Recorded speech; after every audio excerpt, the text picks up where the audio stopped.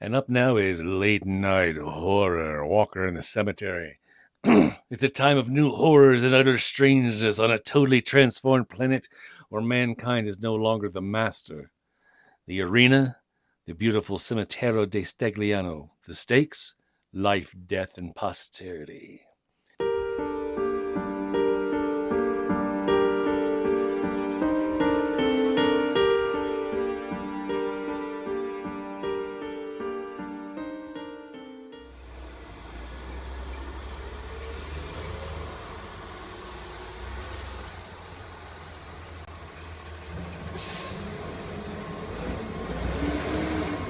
When our tourist club arrived at the side gateway to the Necropolis of Staglieno on our tour around Genoa, a couple of cheery garbage men were loading full of tributes into a crusher truck.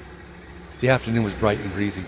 20 meters length of high perimeter wall and the pavement were stacked with huge arrangements of roses and lilies and tropical blooms interspersed with palm fronds and other foliage.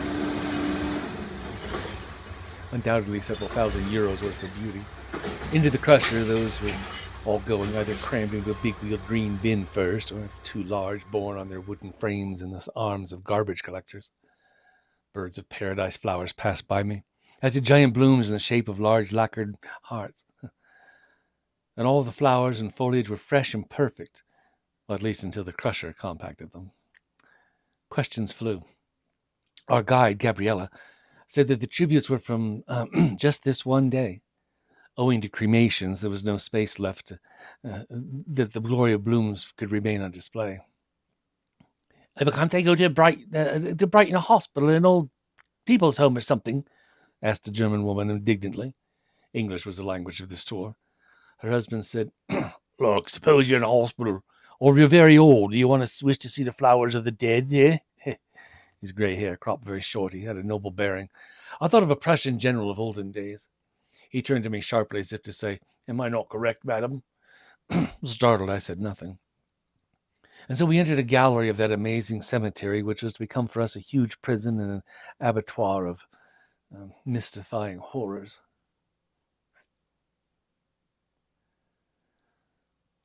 Like any good guide, Gabriella began discoursing as we gazed along the first of the lengthy, gloomy, arched galleries, statues on plinths inside niches, ornate plaques crowded between the niches, the regular slabs underfoot covering the dead sealed away beneath. "Well, hello, Sin. Welcome." "Oh, Toph's with you too. Go." Gabriella continued. "Perhaps our cemetery here in Genoa is the most astonishing in Europe. The revolutionary Enlightenment no longer wished to use churches and churchyards to bury the dead. The Plashfold family, some rich ever since Genoa, contended with Venice for the mastery of the Mediterranean. New 19th century bourgeois wealth demanded sculptural realism like three-dimensional photographs in stone. At first, a classical romanticism, then symbolism, and ultimately Art Deco. Angels of consolation become disturbingly erotic and sensual, death becoming an uneasy, ambiguous mystery." "Excuse me," asked a tall, skinny Dutchman, "why the different colors of the candles?" We were beside a memorial to a nun whose photograph, taken long ago, was surrounded by dozens of little imitation candles jostling on the ledges. With lavish, fresh bouquets on either side, she was still adored. The pseudo-candles, squat tubes with a protected bulb shining dimly atop each of the shaded in the daylight, were like feeding bottles for babies, or maybe squeezy bottles of skin cream. Some of these little electric candles were blue, others red, though all bore an oval image of the Pope gesturing a blessing. "Well, some," said Gabriella, "shine for a week, and some of the other candles for a month." Different sorts of batteries, then, I guess.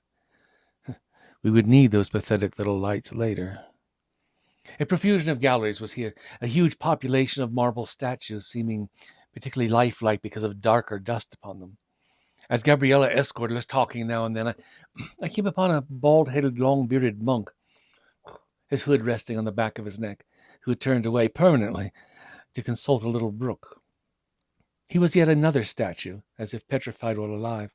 Trickles of white stain seemed caused by wind-blown rain that had reached him, But what took my attention most regarding the masses of more sheltered statues here was how the dark gray dust of a century and a half had added a velvety shading to all the pleats and folds of drapery, intensifying the naturalism. Too vast a task, presumably, to keep so many hundreds, thousands of these statues clean. I licked my finger and rubbed a sculpted leg. The moisture made a little dark mark, yet my fingertip came away clean, not coated in grime. The dust becomes united with the stone, said Gabriella, noticing. That adds the chiaroscuro. Indeed, some of the realism here was astonishing. The sheer details of stockings or a baby's bonnet, for instance. These sculpted statues were simply amazing.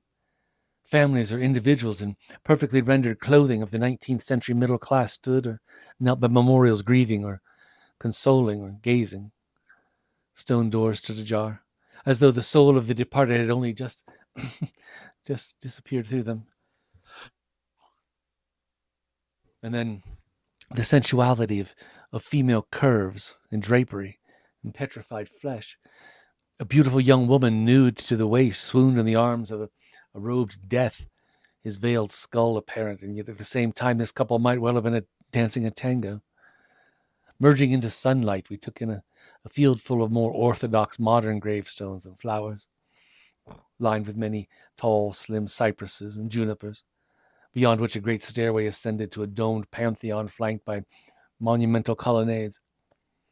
Behind and to the sides, a wooded hill rose, from which hundreds of white mausoleums reached up like temples or the spires and towers of cathedrals. Yet, by now we used up the time allotted for our glimpse of the Necropolis of Staglieno. Shepherded by Gabriella, the 20-odd of us trooped back along a gallery towards the gateway. And just then the tombstone slabs, which composed the floor of the gallery, trembled. The gallery itself shuddered. Daylight dimmed. Dust didn't exactly stir into the air, yet visibility lessened considerably, as though the air itself had become gray. Gabriella called out, "Oh, I think that's an earthquake tremor, but don't worry." She was a busy, practical woman, mid-40s. "Genoa is actually on a fault line. However, a big quake offshore in 1887 didn't do much harm to this cemetery, even though many buildings in the city were badly damaged," was our guide being totally honest. "So, don't worry. You're in a safe place. Probably there'll be no more tremors anyway. I've lived here all my life." And so we proceeded onward.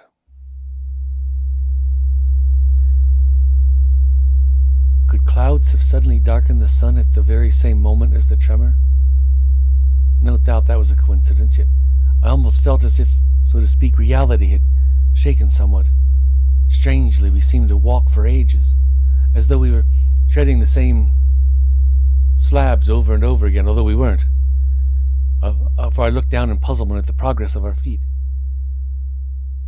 From the office inside the gateway, a couple of middle-aged men in shirt-sleeves emerged. The cemetery superintendent and a subordinate.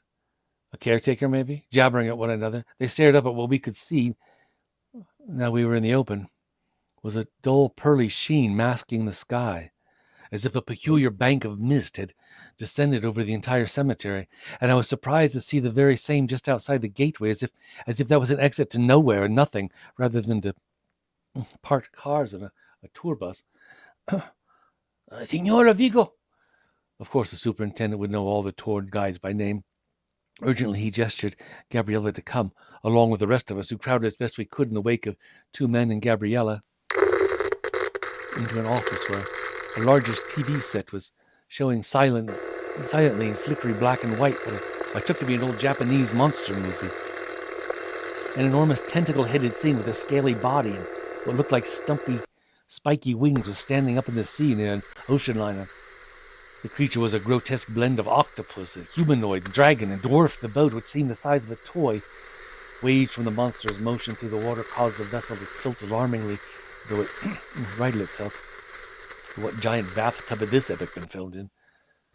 I couldn't understand any of the rapid-fire Italian, perhaps Genovese dialect, being the exchange between the two men and Gabriella, who looked ashen. Abruptly, the movie changed its scene to a view of New York, where Another of those monsters stomped in the Hudson River as if that was merely a shallow gutter. The malign creature towered above the skyscrapers of Manhattan, which it began to wreck, railing elephant trunks of arms before turning and heading seawards as if toward its proper home, capsizing merchant ships and ferries like scraps of flotsam. To my astonishment, the channel was CNN, an English-language banner running along the bottom of the screen, an old monster movie showing on CNN, and in flickery black and white with no sound. I realized the TV had not been showing CNN when we crowded into the office. Spontaneously, the TV had jumped channels, and now I caught up with the words as they scrolled sideways. Giant sea monsters attack ships worldwide. Giant sea monsters. The channel hopped again. Paris, obviously. Arc de Triomphe in the distance. Creatures exactly the same in appearance as the enormous sea monsters, yet now more like 2 stories high rather than 2,000, were proceeding with a rolling gait along the Champs-Élysées, destroying cars either by collision or by treading upon them, all silently. I glimpsed 2 of the tentacle-dripping behemoths themselves colliding and fusing of a sudden into one, while further along the avenue I could swear that a single creature became 2 identical creatures. Then suddenly the TV went blank. The people in our group were babbling. The 3 Italians were voicing off wildly until the German man drew himself up and bellowed, "Silence!" "Hello, Zaphod." Our uproar diminished to a few whispers.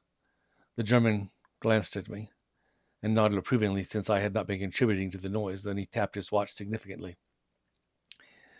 "Here in Geneva, it is 2:30 in the afternoon. In New York, it should be 7:30 in the morning, perhaps 8:30. I'm not exactly sure, but I am sure that I saw an oval shape of light to the west, way beyond the New Jersey heights. Presumably that was the sun, although looking distorted, unless it was the fireball from a nuclear weapon. But let's assume it was the sun. Right now it should not be evening in New York. Did any of you feel something strange about the time the shock while we walked here?" I raised my hand, and he beckoned to me, while Gabriella was apparently translating for the benefit of her 2 fellow citizens. I said, "I felt as if I was walking over the same space many times. I even watched my feet to make sure they were moving forward, right after the earthquake." "And you are?" "My name's Sally Hughes. I work at CERN in Geneva, the big particle accelerator." "Ah, so you're a physicist?" "No. I'm an administrative assistant in the Director General Unit, Relations with the Host State Service. That means I deal with the various French and Swiss authorities, update regulations about the site we're on, that sort of thing." Less than 3% of the people at CERN were actual physicists. The site employed masses of engineers, electricians, low-temperature specialists, just for instance. How else could CERN have functioned? "But you are English." "My mother is Belgian. I went to school in Alger for a few years." "So you're a bureaucrat, not a physicist." "Well, I'm fairly familiar with what we're doing scientifically at CERN, as most of the staff." "Is anyone here a scientist?" demanded the German, but everyone shook their heads. "Miss Hughes. Sally, is it?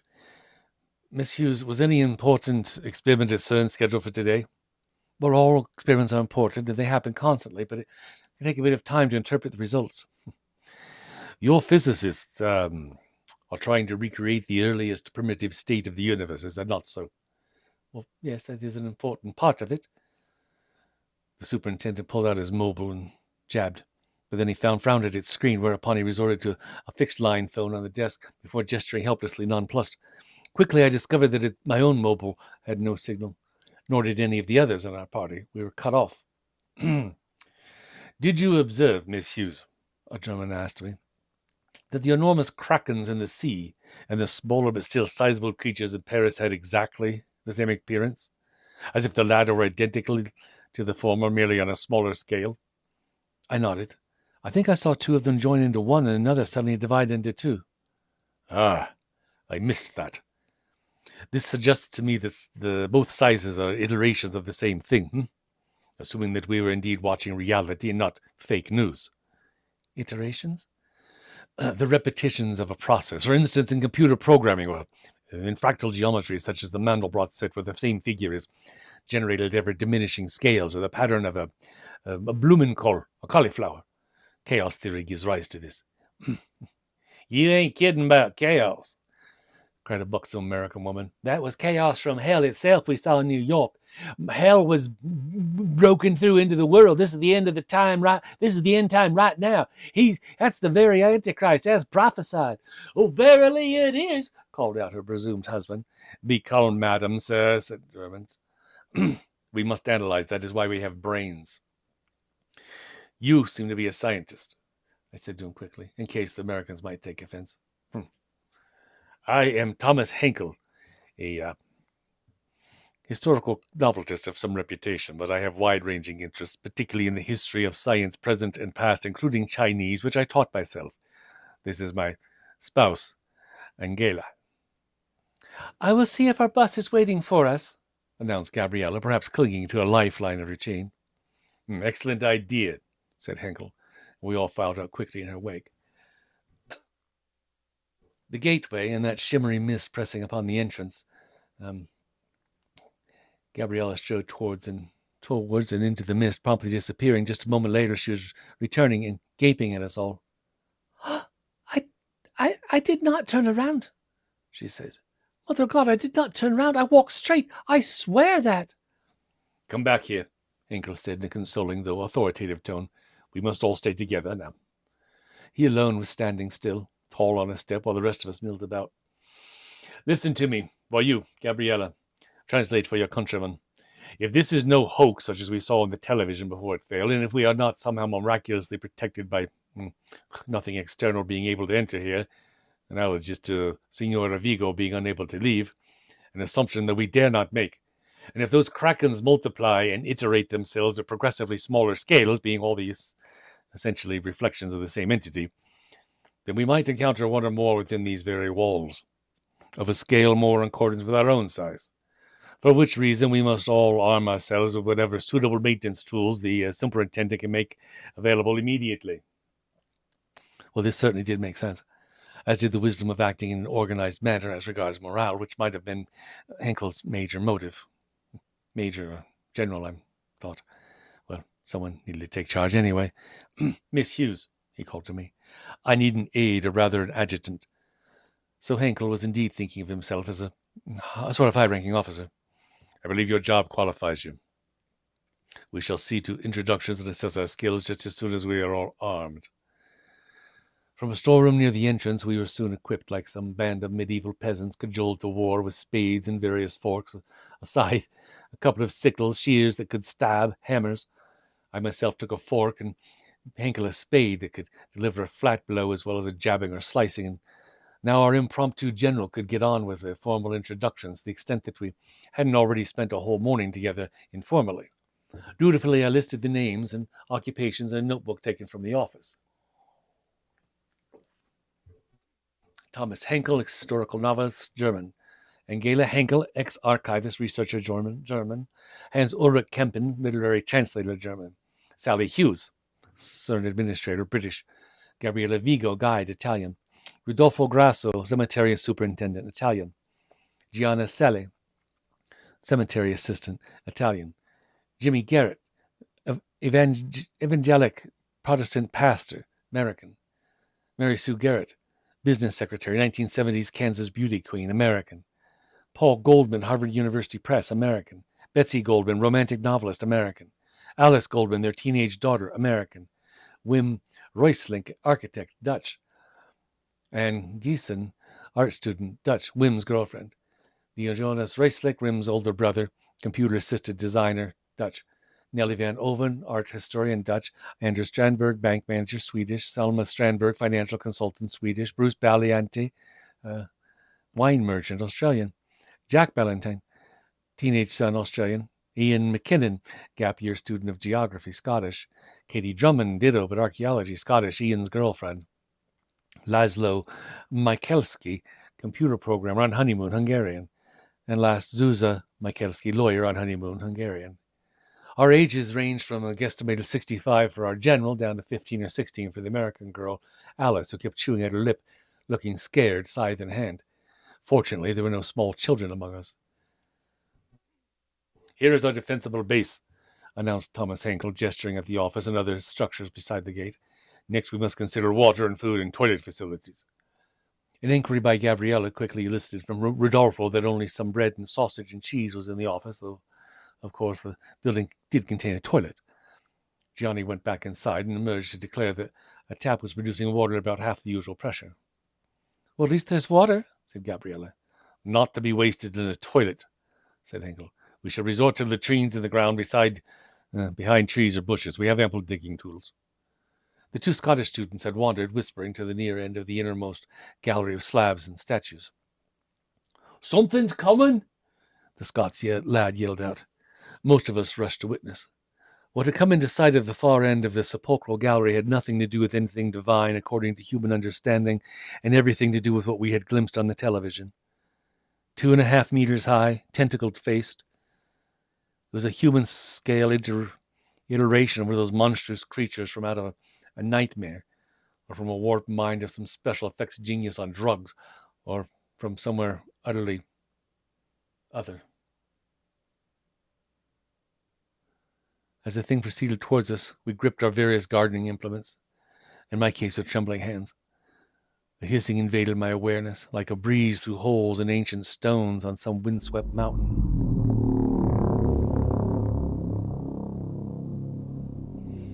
And then... a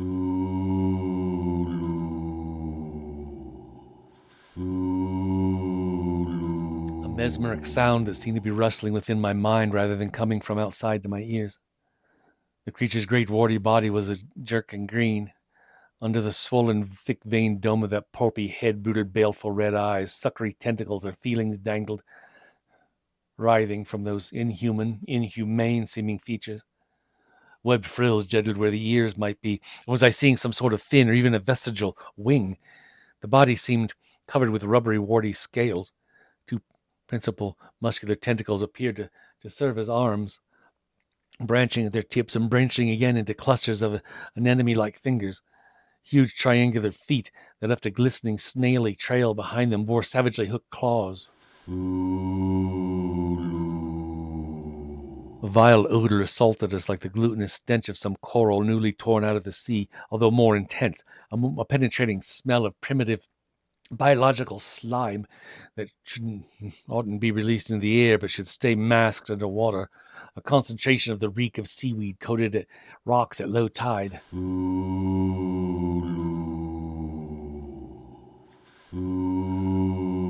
Abruptly, the romantic novelist screamed, setting off likewise the Dutch art student. This broke a kind of paralyzing horrid enchantment as felt in dreams where you can't flee but feebly and very slowly from what menaces you. We retreated so as not to see what was coming, except for the Australian wine merchant, Bruce, and the burly Hungarian who must have felt that he was defending his bride.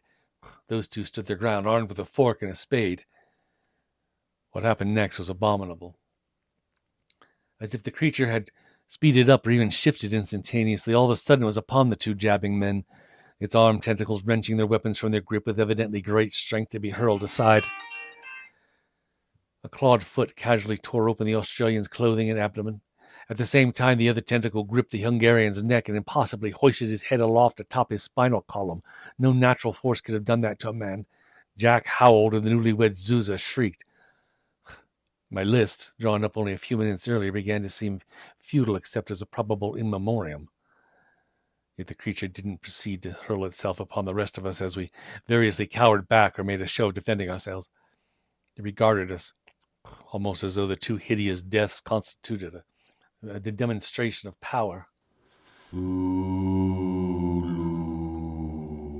creature's feelers began to move as though conducting an orchestra, almost as if it understood it was sardonically accepting obeisance and encouraging more. A general bellowed, "Come, we must retreat in an orderly manner.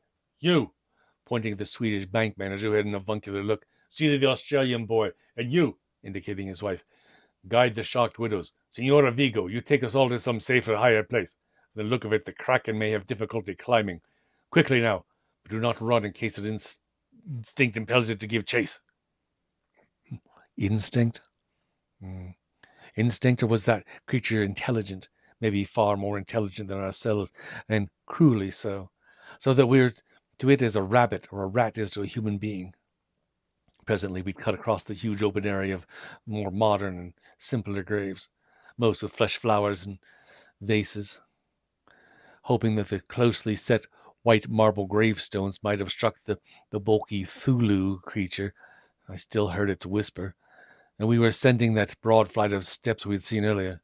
Selma Strandberg hugging and pulling bereaved Zuza toward the scallop-tiled pantheon from which colonnades stretched away, behind which and beyond groves of cypress and juniper and other trees rose steeply extended afar innumerable tall mausoleums, poking up amidst the foliage like miniature churches topped with small domes, stone lanterns, finials, crosses, so many ornate habitations of the dead.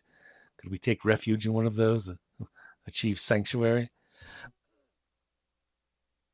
Shady pathways wound upward through the groves.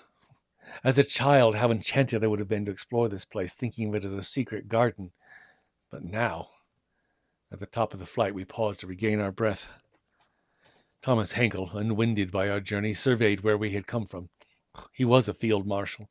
If the grave-crowded expanse beneath us were a field, he should have worn a monocle and pointed with a swagger cane. "Straight over here!" Where a broad tree-lined pathway led from the triple rank of galleries abutting the threefold principal arch gateway stood the thing that Henkel chose to call a kraken, gazing at us from afar and directly opposite. A shiver ran down my spine. For in that moment, despite the distance, the creature seemed to fix on me, like the pin that fastens a butterfly in display case. Just then, could it possibly be by the agency of that beast? A giant oval lens opened in the pearly mist that cloaked the cemetery.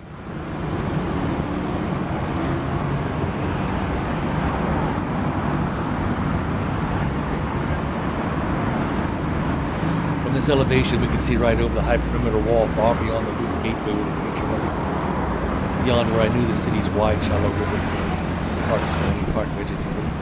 I saw part of the raised riverside roadway, many of the apartment blocks, their concrete faded yellow and faded rose. Traffic! Yes, others saw the same. Shimmering cars and trucks and buses were driving along the highway, undisturbed by any trampling behemoth. No police vehicles nor ambulances were racing, emergency lights flashing, no trucks of armed soldiers. Normality, or so it seemed. A vision of this part of the city as we had seen it just an hour or two before. Or as it was right now, yet in some other reality, perhaps? Then the lens closed up, having taunted us. "We are no longer a part of that reality," said Hinkle. "Yes, we shall talk of this more later." Zuza was still sobbing inconsolably. The Australian adolescent was trying to behave like a man, although I saw him quiver. We needed protection. I pointed at what appeared to be the topmost 10 meters or so of a Gothic cathedral amidst the trees, the railed area around it apparently choked with bushes. Could we take shelter in that spire, for instance? "Most of the mausoleums are locked," observed Gabriella. "A spade can break a lock." "Forget all those pseudo-buildings," said Hinkle. "Anywhere with only one entrance as a trap, we'd be fishing a barrel." Of course he was right. The yearning to be inside the protective walls had made me stupid. My orderly world, my past, was melting away like wax. What twisted shape would result? Henkel conferred with Gabriella sotto voce, and we set off presently to arrive at a tall gap where a wall several meters high, inset with caskets, confronted an equally high blank wall, coarsely plastered with concrete, except where the covering had cracked off, exposing bare mortared stones. This narrowest of alleys extended for maybe 40 meters and only one body's width. Terribly claustrophobic. What if something appeared at the far end when you were only halfway along? To relieve slightly the intense gloom, quite a few lanterns, each containing a battery-powered pope candle, hung from the caskets at various heights. But those pope candles did not give off much light. Our field marshal ordained that we should each take one of the feeble lanterns with us, along with our gardening weapons. Maybe, if lucky, we might later take the monster by surprise. And so we came, passing by grieving statues, to a most unusual part of this singular cemetery. Although we were still quite high above the ground level, we entered a labyrinth of several balustraded levels linked by stairways walled with more caskets. On a dismal midway level, Henkel decided that we should settle ourselves upon the paving stones. We shall take turns to be lookouts at the upper stairway and at the down stairway. I think the Kraken may find those stairways a hindrance. If it does come from one direction, we shall escape the other.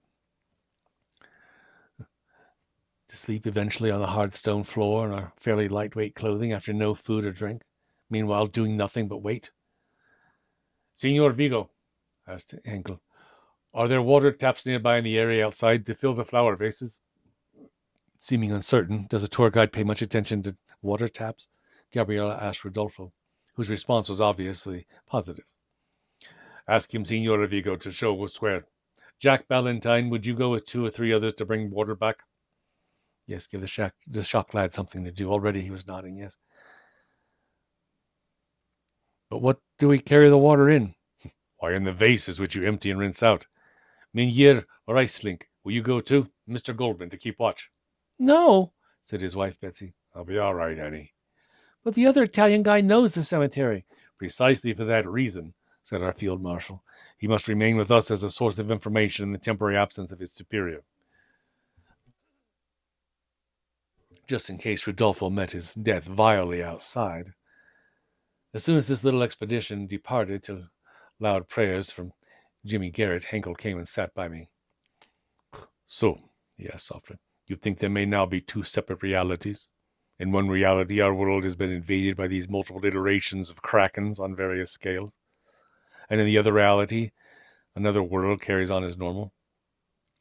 Well, it was you who mentioned recreating the primitive earliest states of the universe before physical laws became fixed, a sort of no time when a different sort of universe could have burst forth and inflated instead.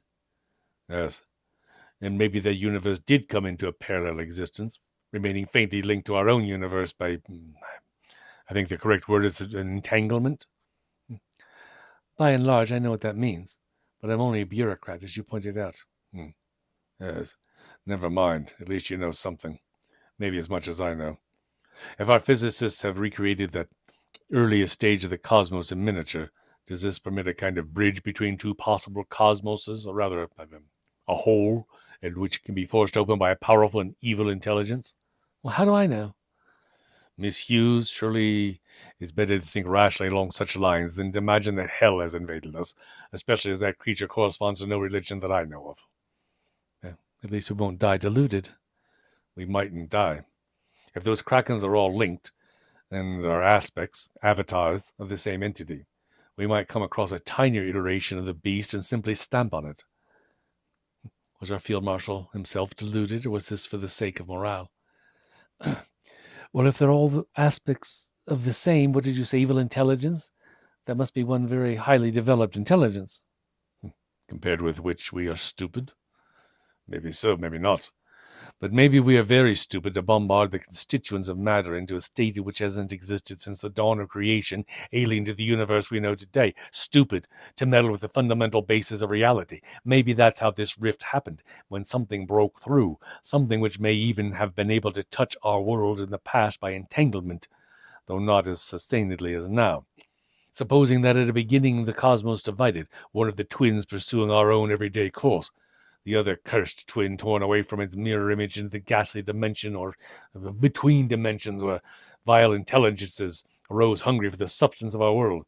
How the invaders are reveling now. I thought that Henkel, too, was reveling somewhat in rhetoric, but I had to ask, well, what about the normality we saw through that lens? Which cosmos is that in? I think that was an illusion, a lure to attract us back to the gate as if we are sheep. That Kraken is experimenting with us. If the creature can create illusions, and you saw how impossibly it pulled the spine out of... I couldn't continue. Thomas Henkel patted me on the shoulder. There now, be brave, as you have been until now. If the Kraken possesses such powers which seem to us paranormal, well, it is not exerting them all the time. He stood up and addressed our huddled company, declaring his theory that we might come across a much smaller Kraken and be able to destroy it, thus striking maybe a mortal blow at the larger one which menaced us in the cemetery. Personally, I thought that if what we had witnessed on the TV was authentic, the nuclear weapons would have destroyed at least several of the greater monsters. Unless, of course, the monsters could neutralize missiles. At least our group seemed somewhat comforted by Henkel's idea. I'd often wondered in what way I would die one day. That's the big question which most people avoid asking themselves. Not least because there's no answer until it happens, and even then you might know the answer, supposing your mind is degenerated prior to death, as my mother's did. Whereas the truck that skidded and mowed down my dad from behind might have obliterated him before he could even realize. So somehow, due to family history, I thought that I wouldn't know about death when I died, that I would simply cease the way I once ceased due to anesthetic and I needed a kidney stone broken up by laser. Did I hope simply to cease, or to, alternatively to know the very threshold of death? Had that creature come to teach me? There's still no mobile phone signal, said Wim Reislink's girlfriend. Did you just try to call Mingyir Reislink? Demanded Henkel. Yes, but his phone's set to vibrate, not ring. I wouldn't draw attention to him like that. Wise. However, we should conserve batteries, in case there's any future use for them. Everyone should switch off their phones. I'll keep mine switched on in case there's any change. When my charge runs out, I'll appoint someone else. Runs out? Queried Betsy Goldman, who was plump. When's that? In a week or a fortnight? What do we eat until then? The human body doesn't normally die of hunger for 40 or 50 days, provided it can drink. Fasting is normal for many people in the world, often involuntarily. You mean I'm starting from a good baseline? Betsy laughed, perhaps a shade hysterically, but others chuckled or grinned, the first hint of good spirits. Very good, Henkel said approvingly. Fortunately, her husband and Rodolfo, Jack Valentine, and the Dutchman all returned safely soon enough, bearing vases brimming with water. That, comparatively, was the good time, the time when there was still some hope, even if meager. We're allowed our sanctuary, here in this dusty, shadowy, minor labyrinth of stairways and galleries where the warped oval sun only reaches through a grimy round skylight or so at the top. A place resembling a library, except that instead of books on shelves, there are almost identical caskets containing the dead, blessed to have died when they did. Maybe the creature cannot easily mount or descend the stairs, though I doubt it. So far, at least, Cthulhu hasn't done so. There comes a click in our minds, the drawn-out whispers inside of us.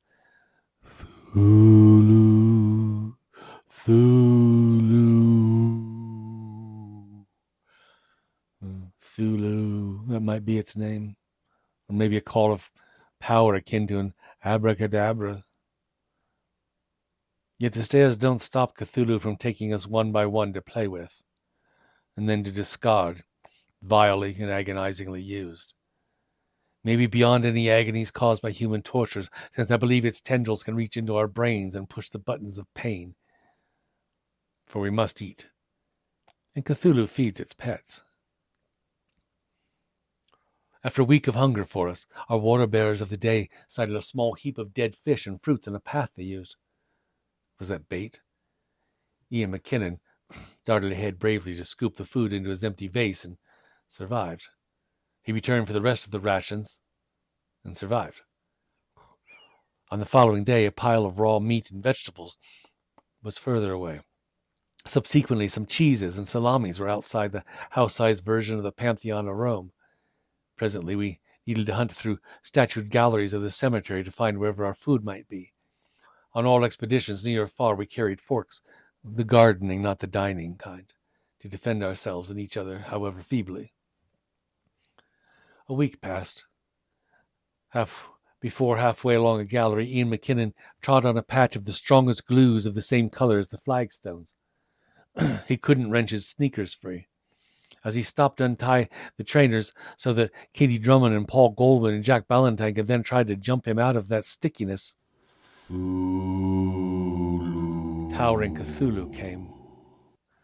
The tines and blades of gardening tools jerked down to clang against the flagstones as if a powerful magnetic field dragged them. It was, said Pauls afterwards, like some bizarre salute to a potentate, the lowering, then the necessary letting go of swords.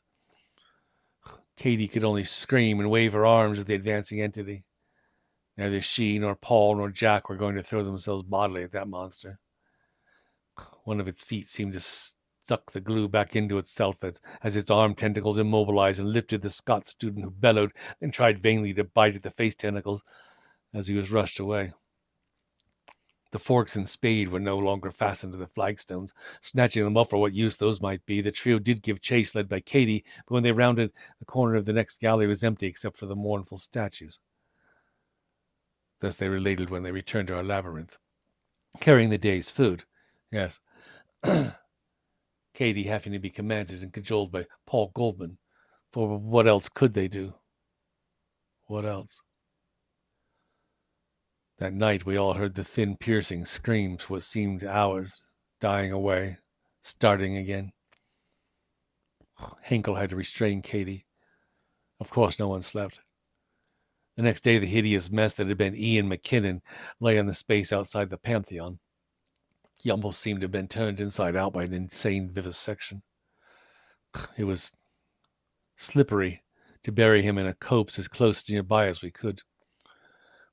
Pastor Jimmy Garrett managed to say words and quote parts of the Bible that weren't excessively evangelistic, and I noticed that his hair, now lank and stringy where it had been lovingly tended and conditioned before, was falling out after these weeks. So hair doesn't always just go dramatically white overnight with shock. Katie begged our field marshal to strangle her. She promised not to struggle. Then she begged the taciturn German translator Hans Ulrich. Of course, nobody would strangle her. In due course, might suicide by assistance become easier to contemplate? No one went to fetch food for 4 days. Eventually, hunger pangs prevailed. The instinct for survival is so strong. Katie didn't try to smash her head against the hard stone that was all around us, even though we had no sedatives, only some painkillers and stomach settlers and a couple of the women's shoulder bags and a few tampons, soon used. Most bags, including mine, had been left aboard the bus for our brief stroll into Staglieno. As time wore on, Zuza was taken similarly, and Selma Strandberg, and Nelly Van Oven, and Wim Reislink, and Hans Ulrich. The monster only rarely resorted to glue, preferring the direct approach. Nevertheless, not each far sortie resulted in a victim. Cthulhu preferred to fool us that by luck or at random we might return safely. Hence the rabbits would scurry to snatch their suppers. No one spotted another lens in the prevailing mist, supposing the original lens was designed for us to see. Of course, we didn't venture outdoors more than essential. Oh, the crushing, endless, fearful misery, even though for distractions we took turns telling our life stories. I think there was only one lens, and that it showed a memory of our world just before the Cthulhu creatures arrived, not an image of a normality continuing in some parallel reality that might even be reachable. Nor did anyone stumble upon a mini-monster to stab and slash and crush. Monster? More like a baneful, sadistic god. If it could multiply itself in different scales across the world. If it weren't simply the Cimitero of Staglieno that had been abstracted from ordinary reality by a potent entity from another universe that could conjure up illusions. Nor did every abducted victim scream through the night. Maybe a tongue was removed, first of all. Each person lost, said Garrett one day, is a sacrifice to it. A human sacrifice, as in pagan antiquity. But worse, I think it's rationing out its sacrifices. Maybe it's like a serial killer. Gets satisfied for a while until the head of steam builds up again. Garrett frequently goes outside to keep watch from the top of the steps of the Pantheon. Thomas Henkel does not object to what might seem to be a desire for martyrdom on the evangelist's part, at least until martyrdom actually commences. Any additional information is valuable in our field marshal's blue eyes, sometimes cool, sometimes almost twinkly. I think we're all losing our sanity somewhat, or else we no longer remember what sanity is, or was. And I accompanied Garrett, despite a dark look of mistrust from ex-beauty queen Mary Sue. I quite often see him walking in the garden, Garrett tells me. That's to say, it walking in this cemetery. Look, Sally. And there's the Cthulhu thing. In the distance, pacing slowly, rollingly, as I imagine a sailor newly on land after a very long voyage. On our land, of which Cthulhu has taken possession. The Cthulhu thing turns, aware of our scrutiny, and once more I experience the sensation. Thulu, Thulu.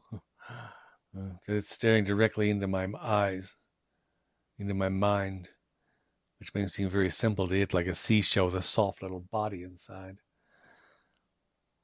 Rodolfo gone, Paul gone, Leonidas Reislich gone, Anders Strandberg gone to join his wife, as it were, and Angela Henkel gone.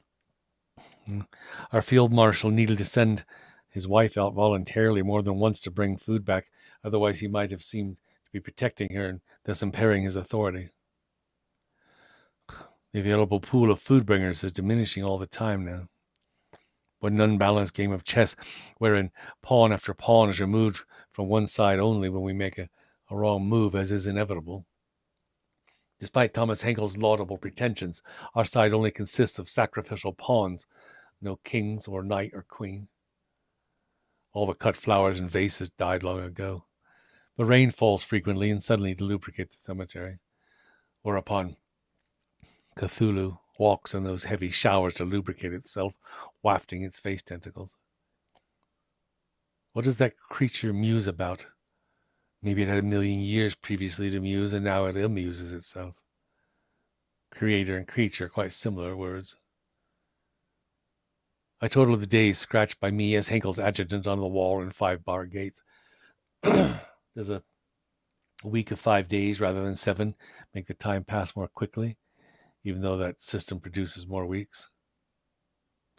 Look, we survivors have lived for 23 weeks by now. August should be the current month, although the temperatures say much the same as that mild April day of our imprisonment. The brightest oval wavery yellow shape which we sometimes see above the mist and which moves across the sky should be much hotter by now if it's the same sun we knew. The piles of food put out or materialized in unpredictable places for us pets to find grow smaller in proportion to our diminishing numbers. Cthulhu's keeping tally of us. It plays with us like a wicked child pulling the legs off a spider one by one to test its balance, only much more so. Discarded playthings are sometimes still alive when we reach them, maybe gibbering softly, leaking, no longer seeming human. We dispatch those with a spade blow, those of us who remain. Our leader has gone now, too. Thomas Henkel is taken. So I am in command now, promoted from adjutant on the disastrous field of battle, or rather of massacre. The others seem to expect this, and I can't reasonably demur. Jimmy Garrett blesses me. Garrett is taken to meet his new master intimately. By now, those of us who remain are myself and Katie Drummond, and Ann Geeson and Alice Goldman and Jack Ballantyne. 4 young women, 1 young man. Is a vile parody of Adam and Eve to be enacted? To my best knowledge, no one has had sex with anyone else since this all began, even just for mutual comfort. Stone floors for a start, and who would sneak off into the softer sheltering groves? I think Anne and Diogenes came close, sometime after Brother Wim's death, but they were too upset. Even though there's supposed to be an instinct to propagate the race in extremis. Can it be that we're the only surviving human beings? Or other iterations of Cthulhu playing variations on this vicious game all over the world? The latter seems more likely than that we should be the privileged ones. When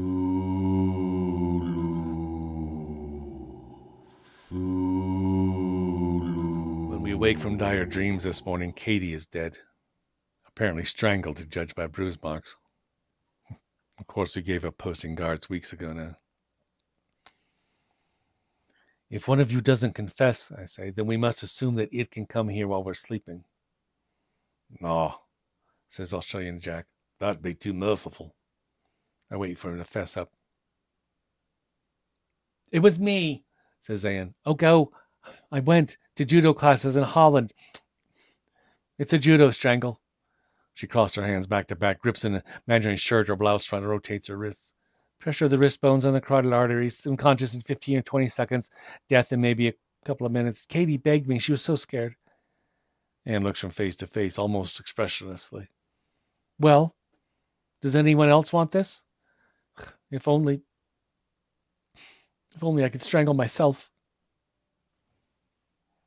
Yes, comes from Alice Goldman. Yes, please. Jack and I have kept quiet. Anne nods. I should not strangle more of you, though. No more of us, only Alice. I don't wish to leave myself alone. Do you want... Jack asks Alice. Do you want that we leave and then come back after a few minutes? No. Watch. Witness me. In what sense, witness? Witness her being brave of all things? Cowardly brave? Alice lies on her back across 2 slabs. Like this? Anne nods.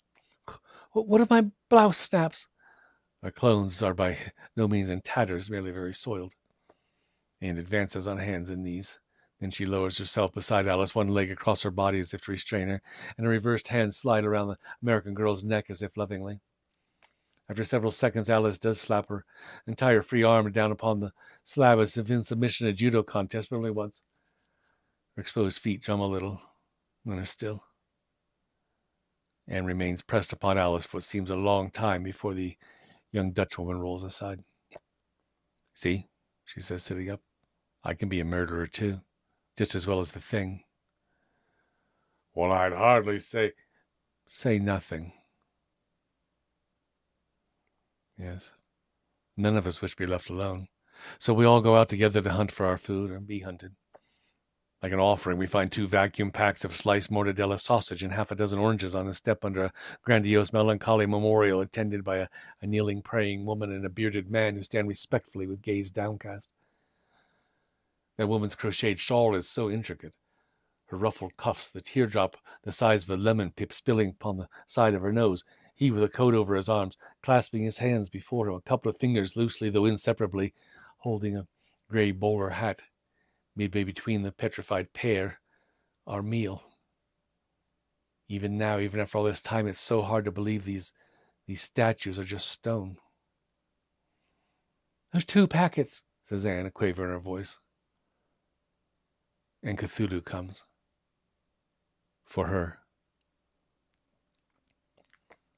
Well, at least there's no distant screaming tonight. Maybe a tough tentacle is around her throat, barely allowing her to breathe as she writhes. Jack and I don't catch sight of Anne's corpse anywhere on today's search for more food. This takes us hours, but there are no birds to steal. Finally, we find what we seek upon the simple marble tomb of Mazzini's mother, within a railed little garden in front of the squat Doric column supporting the massive architrave carved with the name of the great Italian patriot, wrapped over by creeper-clad rocks. For the atrium and the crypt beyond, very dark within, burrow into the hillside in this part of the wild woodland, paradoxically quite close to our sanctuary, almost the last place we think to look. On his mother's tomb, by a towering tree, a single plate of white pasta scattered with clams. Brought from where? And how?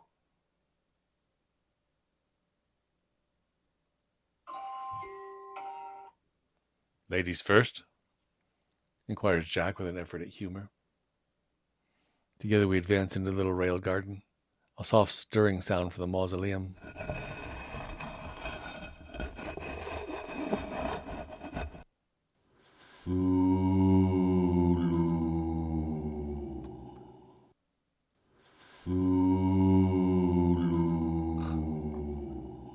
I do hear shrieks tonight, and I try to stop her my ears.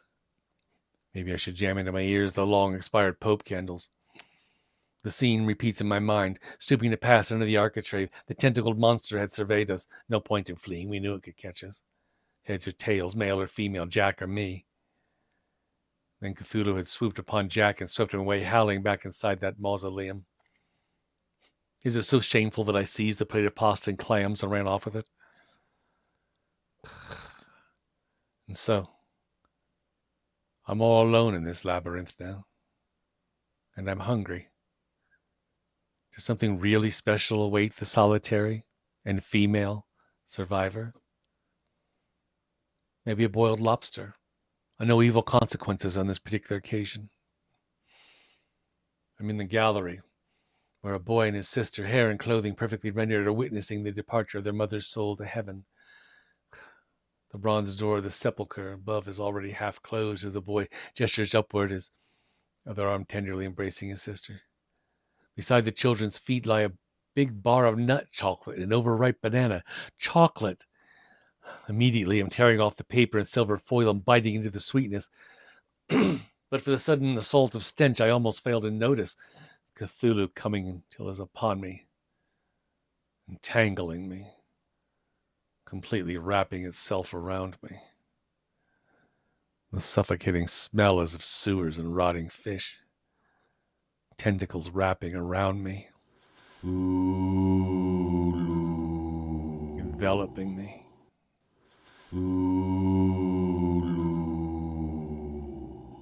Until at last I'm alone again. Cthulhu has gone, leaving his odor with me.